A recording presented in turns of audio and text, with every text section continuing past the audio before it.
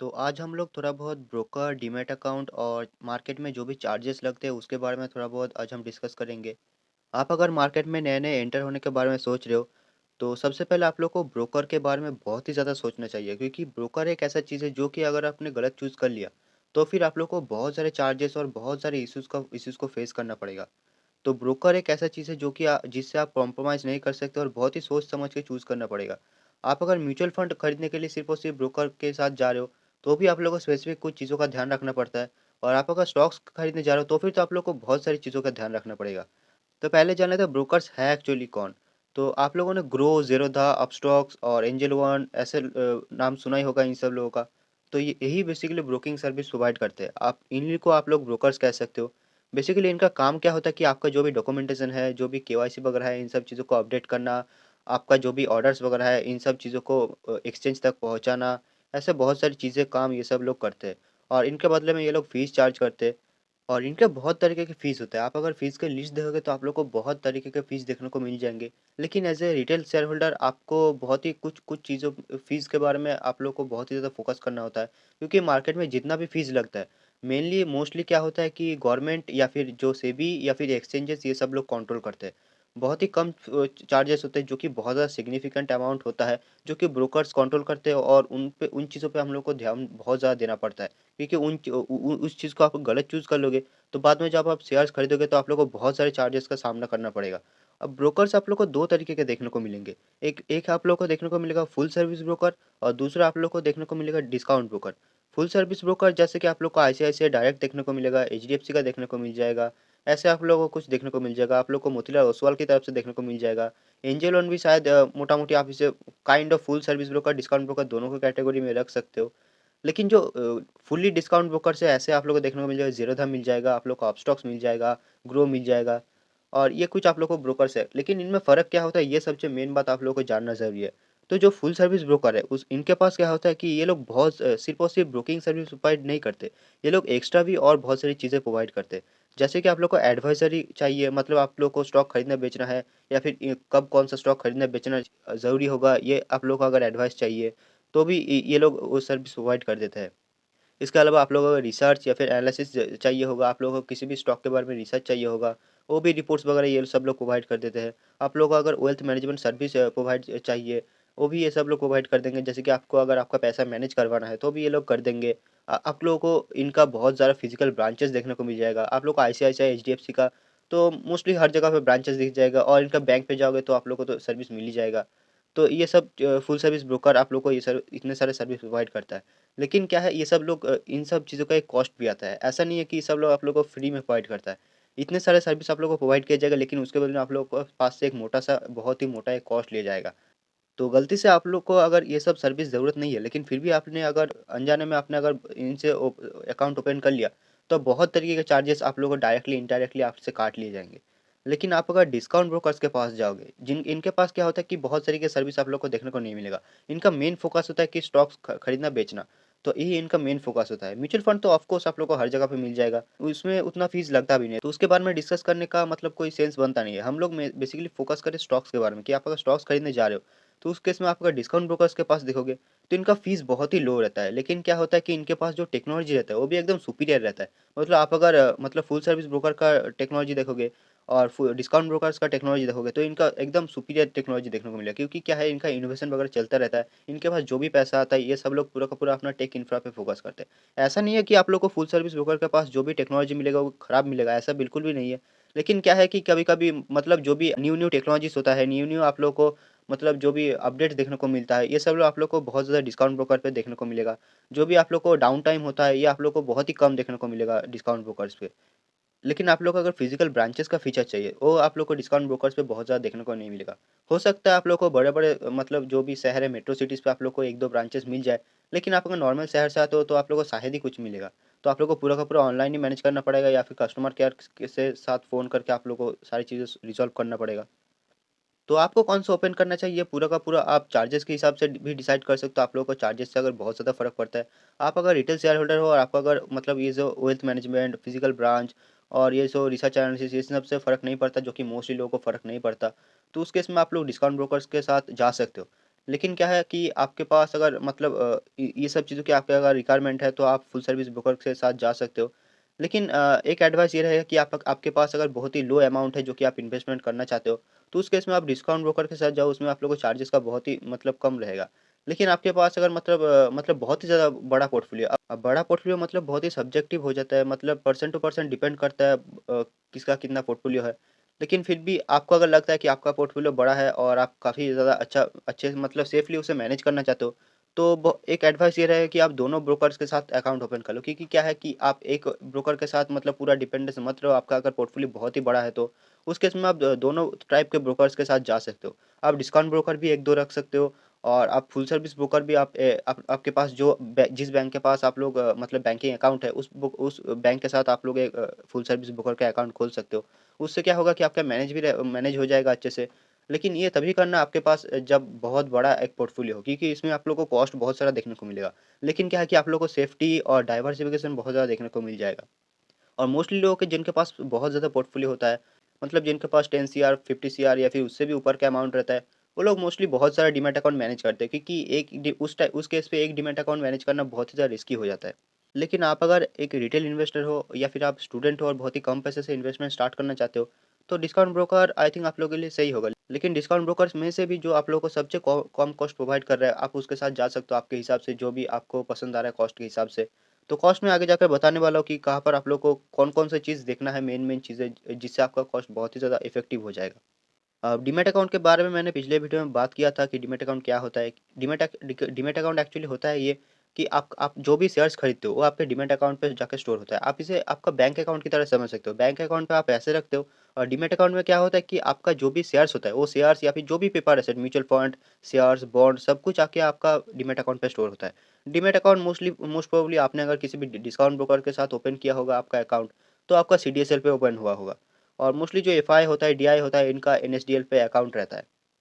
अब थोड़ा बहुत बीएसडी अकाउंट के बारे में जान लेते हैं, क्योंकि क्या है कि आप अगर रिटेल इन्वेस्टर हो या फिर आप मार्केट में नए-नए आ रहे हो या फिर आप बहुत ही कम पैसे से इन्वेस्टमेंट स्टार्ट करना चाहते हो, तो आप अपने जो भी चार्जेस कॉस्ट है बहुत ही लो रखना चाहते हो। इस केस में बीएसडी अकाउंट आपका बहुत ही ज़्यादा हेल्प करता है। ये डीमैट अकाउंट का एक टाइप है। ये क्या करता है कि आपके जो भी मतलब आप अगर बहुत ही कम पैसा इन्वेस्टमेंट करते हो, तो उस केस में आपको एक मतलब एक फीचर प्रोवाइड करता है कि आपका जो भी कॉस्ट होता है, एनुअल जो भी कॉस्ट लगता है, वो बहुत ही कम हो जाता है। इस बीएसडी अकाउंट का जो भी क्राइटेरिया रहता है, मतलब आप एलिजिबल हो कि नहीं, इसके लिए जो भी मतलब रूल्स होता है, ये चेंज होता रहता है। तो आप करंटली आप जब भी वीडियो देख रहे हो, आप रूल्स जाके चेक कर सकते हो। मतलब किसी भी ब्रोकर पे आप जाके मतलब गूगल पे जाके आप टाइप करना बीएसडी अकाउंट, आप लोग को जो भी आर्टिकल दिखा आप उस पे जाकर क्लिक करके आप लोग क्राइटेरिया देख सकते हो। लेकिन अभी जो क्राइटेरिया चल रहा है, मतलब अभी सितंबर 24 में जो चेंज हुआ है, उसके बाद से ये है कि आप लोग का अगर बीएसडी अकाउंट पे आपको अगर एलिजिबल होना है, तो उसके लिए आप लोग को मतलब आपके पैन कार्ड पे सिर्फ़ एक ही डीमैट अकाउंट रजिस्टर होना चाहिए। या तो आप मार्केट में नए-नए आए हो और आपके पास एक ही डीमैट अकाउंट है, या फिर आपके पास अगर बहुत सारे अकाउंट्स हैं, तो उस केस में क्या कर सकते हो, आपके पास अगर बीएसडी अकाउंट पे आपको कन्वर्ट करना है, मतलब आपको बहुत ही ज़्यादा ज़रूरी है, तो उस केस में आप सिर्फ़ एक अकाउंट को चूज़ करो और उसे रखो, और बाकी जितने सारे अकाउंट हैं, उन सबको आप मतलब बंद कर दो।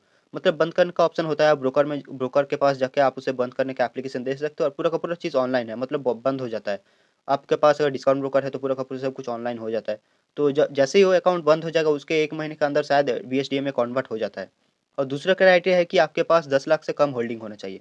लेकिन इसमें भी एक 10 लाख का जो कैपिंग है, इसमें भी एक क्राइटेरिया है कि आपके पास अगर अप टू 4 लाख तक होल्डिंग है, तो फिर आप लोग को कोई चार्जेस देना नहीं पड़ेगा। ये एएमसी चार्जेस क्या है, इसके बारे में आगे बात करूँगा, लेकिन आप लोग बस इतना समझ लो कि एनुअली हम लोग को एक चार्ज देना पड़ता है। मतलब जिस ब्रोकर के पास आपने अकाउंट खोला है, वो ब्रोकर आपका एनुअली एक चार्ज काट लेगा।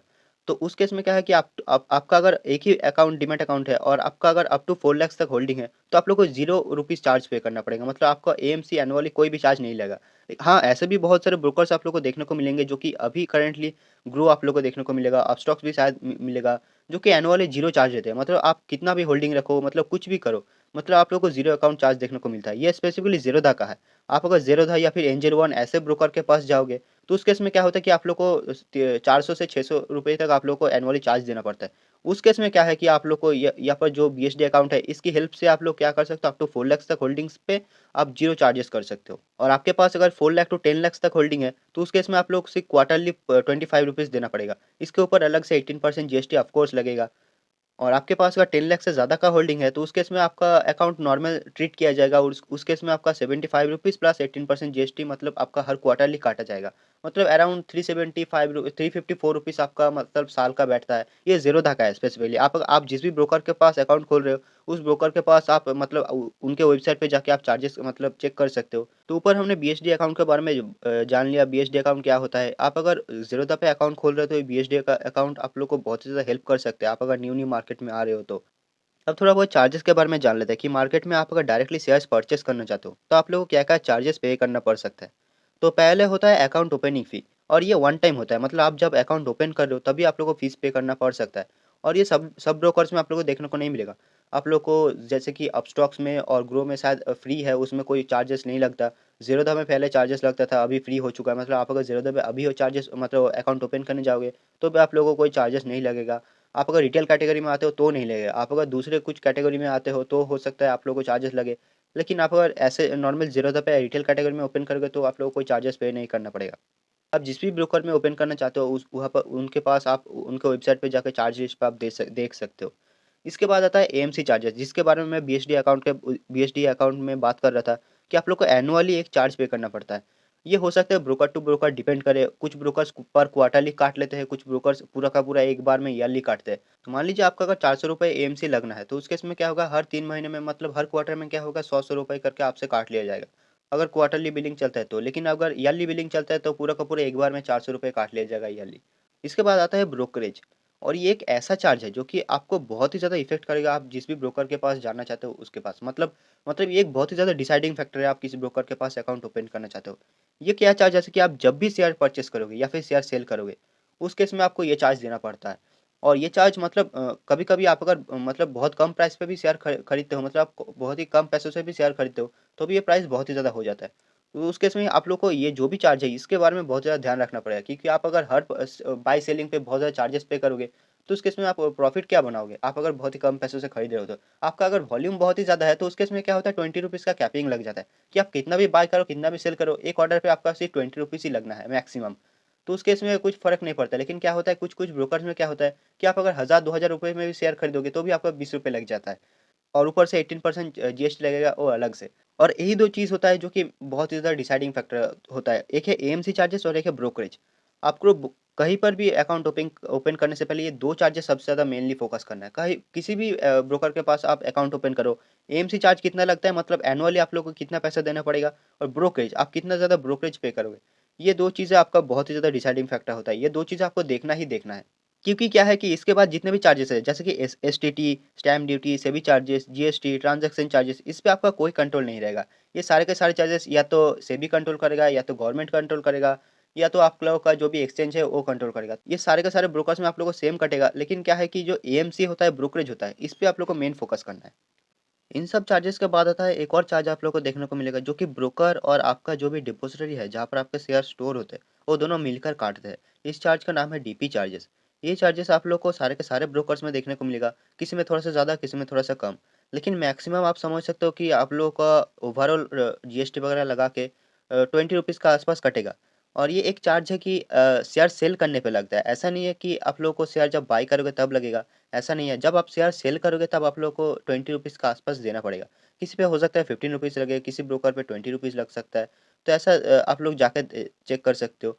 तो ये चार्जेस क्या होता है कि आप 1 शेयर बेचो या फिर 1 लाख शेयर बेचो, इसमें क्वांटिटी से फ़र्क नहीं पड़ता। आप जब भी शेयर बेचोगे, तब आप लोगों को ये चार्जेस देना पड़ेगा। और डीपी चार्जेस में एक और ख़ास बात आपको ध्यान रखने की ज़रूरत है कि ऐसा नहीं है कि आप जितने मर्ज़ी कंपनी के शेयर बेचो आपका ₹20 ही लगेगा, ऐसा नहीं है। मान लीजिए आपने एक कंपनी का 10 शेयर बेच दिया, तो आपको ₹20 लगेगा। लेकिन मान लीजिए आपने एक और कंपनी का शेयर बेचा, तो उस केस में आपका 2 कंपनीज़ का शेयर बेचा, इसलिए आपको 20-20 ₹40 चार्ज होगा। आपने एक कंपनी का 1 शेयर बेचा, 1 लाख शेयर बेचा, उससे फ़र्क नहीं पड़ता, आपका ₹20 ही लगेगा। लेकिन आप जब मल्टीपल कंपनी सेल करोगे, तो उस केस में आप मल्टीपल कंपनीज़ के हिसाब से चार्ज होगा। तो ये कुछ मोटा-मोटी चार्जेस आप लोगों को किसी भी ब्रोकर पे देखने को मिलेगा। तो मेन जो चार्जेस मैंने बताया कि 2 चार्जेस आप लोग को मेनली फ़ोकस करना है। एक है एएमसी चार्जेस और दूसरा है ब्रोकरेज। और आप अगर इतने सारे चार्जेस देकर शॉक हो जा रहे हो कि इतने सारे चार्जेस देना पड़ेगा, मतलब तो बहुत ज़्यादा चार्जेस कट जाएगा। तो मैं आप लोग को एक बात बता दूँ कि हो सकता है यहाँ पर दिख रहा है बहुत सारे चार्जेस कटेंगे। लेकिन एक्चुअली में जब आप शेयर परचेज़ करोगे, तब आप लोगों को दिखेगा ये हो सकता है बहुत सारे चार्जेस, बहुत सारे के टाइप्स ऑफ चार्जेस आप लोगों से काटे जाएँगे। लेकिन उनका अमाउंट और वैल्यू इतना ज़्यादा कम होता है कि टोटल चार्जेस बहुत ही कम होता है। आप अगर 1000-2000 के शेयर भी खरीदोगे तो भी आप लोग का 1 या 2 रुपीज़ का टोटल कॉस्ट आएगा। आप अगर सही ब्रोकर चूज़ करोगे तो। अब इन सारे के सारे चार्जेस को एक बार जाके लाइव देख लेते हैं कि आप लोग कहाँ पर देख सकते हो और कैसे कंपेयर कर सकते हो, क्योंकि आप लोग को मेन जाकर कंपेयर ही तो करना है ना। सारे ब्रोकर के पेज पे जाके आप लोग देखना है, कंपेयर करना है कि कौन सा आपको आपको आपके हिसाब से सस्ता पड़ रहा है। तो जाके देख लेते हैं एक बार। तो यहाँ पर जैसे कि आप देख सकते हो कि मैं ज़ेरोधा के पेज पे आ चुका हूँ, तो आपको क्या करना है, बस आपको गूगल पे जाना है और आपको सर्च करना है, जिस भी ब्रोकर का आप सर्च कर रहे हो उस ब्रोकर का नाम देना है और उसके आगे लिख देना है चार्जेस या फिर प्राइसिंग। ये दोनों में से आप कोई भी एक कीवर्ड लिख सकते हो और उसके बाद आप सर्च कर सकते हो। जैसे कि मैंने ज़ेरोधा में खोला है तो इसके लिए मैंने सर्च किया था कि ज़ेरोधा चार्जेस या फिर ज़ेरोधा प्राइसिंग। तो इसके बाद आप लोग को उनके जितने ब्रोकर के जितने सारे चार्जेस हो आप लोग को सारे के सारे देखने को मिल जाएँगे। तो यहाँ पर जैसे कि देख सकते हो कि इक्विटी डिलीवरी हम लोग को जहाँ पर फ़ोकस करना है, हम लोग शेयर्स खरीदने वाले हैं, तो हम लोग को इक्विटी डिलीवरी पे फ़ोकस करना है। आप लोग को इंट्राडे, एफ-एन-ओ ऐसे बहुत सारी चीज़ें मिलेंगी। आप लोग अगर ट्रेड करना चाहते हो या फिर आप लोग ट्रेडर हो, तो फिर आप लोग इन सारी चीज़ों पे ध्यान दे सकते हो। लेकिन हमारा मेन फ़ोकस रहने वाला है डिलीवरी पे। तो डिलीवरी पे जैसे कि देख सकते हो एक फ्री इक्विटी डिलीवरी यहाँ पर ₹0 चार्ज किया जा रहा है। इसका मतलब क्या है कि आप अगर ज़ीरोधा पे कोई भी शेयर खरीदते हो या फिर बेचते हो, तो इस केस में क्या है कि ब्रोकरेज आपका ज़ीरो है। आप अगर थोड़ा-सा स्क्रॉल करके नीचे जाओगे तो आप लोग को एक्चुअल चार्ट यहाँ पर दिख जाएगा कि इक्विटी, करेंसी और कमोडिटी। हमें इक्विटी में देखना है, क्योंकि हम लोग स्टॉक्स खरीदने वाले हैं, तो स्टॉक्स का एक और नाम आप लोग इक्विटी समझ सकते हो। तो इसलिए हमें इक्विटी में देखना है और इक्विटी में जैसे कि देख सकते हो यहाँ पर आप लोग को बहुत सारे सेक्शंस देखने को मिल जाएँगे। Equity intraday, futures and option, हम लोग को ये सब चीज़ें नहीं देखना है। हम लोग को सिर्फ़ और सिर्फ़ इक्विटी डिलीवरी पे फ़ोकस करना है। इक्विटी डिलीवरी जैसे कि आप देख सकते हो मैंने जितने सारे चार्जेस आप लोग को बताए थे, सारे के सारे चार्जेस आप लोगों को यहाँ पर लिस्ट मिल जाएगा। जैसे कि brokerage, STT, transaction charges, GST, SEBI charges, stamp charges, जितने सारे चार्जेस मैंने बताया था, सारे के सारे चार्जेस आप लोगों को यहाँ पे लिस्ट मिल जाएगा। और सारे के सारे चार्जेस आप लोग को मोस्टली ब्रोकर पे सेम ही मिलेगा। बस जैसे कि मैंने बताया था कि ब्रोकरेज और एएमसी इन दोनों चीज़ों पे आप लोग को फोकस करना है। अब आप लोग को एसटीटी दिख रहा होगा। एसटीटी क्या है कि आप लोग को 0.1% लगता है। आप शेयर बाय करो, शेयर सेल करो। जितने भी टोटल जो भी वैल्यू होगा आपका शेयर बाय या फिर सेल करते समय, उस प्राइस पे आप लोग को 0.1% देना पड़ता है। अब आता है ट्रांज़ैक्शन चार्जेस पे, जो कि आप जैसे कि मैंने बताया था कि ये एक्सचेंज चार्ज करता है। इसकी वजह से एनएसई और बीएसई हमारे 2 एक्सचेंज है इंडिया पे, तो इसकी वजह से दोनों के चार्जेस आप लोग को ये देखने को मिलेगा और सेबी चार्जेस देखने को मिलेगा इसके बाद आप लोगों को। इसके बाद स्टैम्प चार्जेस आता है जो कि 0.015% या फिर देख सकते हो ₹1500 आप लोगों को देने पड़ेंगे पर 1 करोड़ रुपए के बाइंग साइड और सिर्फ़ ये सिर्फ़ और सिर्फ़ बाइंग साइड पे लगता है और जीएसटी तो लगना ही लगना है। जितने सारे चार्जेस आप पे करोगे उसके उसके सब के ऊपर आप लोगों को जीएसटी देना पड़ेगा। ब्रोकरेज हो गया, सेबी चार्जेस हो गया, ट्रांज़ैक्शन चार्जेस हो गया, सबके ऊपर। अब जैसे ही थोड़ा बहुत और नीचे स्क्रॉल करोगे तब आप लोग को और बहुत सारे चार्जेस यहाँ पर लिस्ट होता हुआ देखने को मिल जाएगा। इतने डिटेल में चार्जेस आप लोग को पढ़ने की ज़रूरत नहीं है। आप अगर चाहते हो तो सारे चार्जेस पढ़ के देख सकते हो क्या-क्या चार्जेस लगता है। लेकिन रिटेल शेयर होल्डर के हिसाब से आप लोग को इतने सारे चार्जेस लगेंगे भी नहीं। आप अगर ट्रेड नहीं करते हो तो। आप अगर एक ट्रेडर हो तो हो सकता है आप लोग को ये सारे चार्जेस कुछ भरना पड़ सकता है। उस हिसाब से आप देख लेना। लेकिन आप एक अगर इन्वेस्टमेंट के लिए देख रहे हो तो इतने सारे चार्जेस आप लोग को शायद देना ना पड़े। तो आप मेन-मेन जो चार्जेस है उनको एक बार आप देख सकते हो कि क्या-क्या चार्जेस लगता है। जैसे कि आप लोग को यहाँ पर डीपी चार्जेस का ब्रेकडाउन देखने को मिल जाएगा कि कितना आप लोग को डीपी चार्जेस पे करना पड़ेगा हर कंपनी के सेल पे। और एएमसी भी आप लोग को देखने को मिल जाएगा, जैसे कि मैं बात कर रहा था कि बीएसडी अकाउंट है तो आप लोग को कोई चार्ज नहीं देना है। एंड पेमेंट गेटवे चार्जेस भी आप लोग को यहाँ पर देखने को मिलेगा कि आप जब पैसा डिपॉज़िट करोगे अपने बैंक अकाउंट से ब्रोकर पे, तब आप लोग को कितना चार्जेस पे करना पड़ेगा। यूपीआई से करोगे तो कितना चार्जेस लगेगा। तो सारा का सारा ब्रेकडाउन आप लोगों को सारे ब्रोकर्स के पेज पे देखने को मिल जाएगा। अब जस्ट देख के कंपेयर कर लेना कि कौन-सा आप लोगों के लिए सही बैठ रहा है। इसके नीचे स्क्रॉल करते ही आप लोगों को अकाउंट ओपनिंग फ़ीस भी देखने को मिल जाएगा कि कितना अकाउंट ओपनिंग फ़ीस लगेगा। तो ये आज का हमारा पूरा का पूरा वीडियो था। आई होप आप लोगों को पसंद आया होगा। थैंक यू वीडियो देखने के लिए।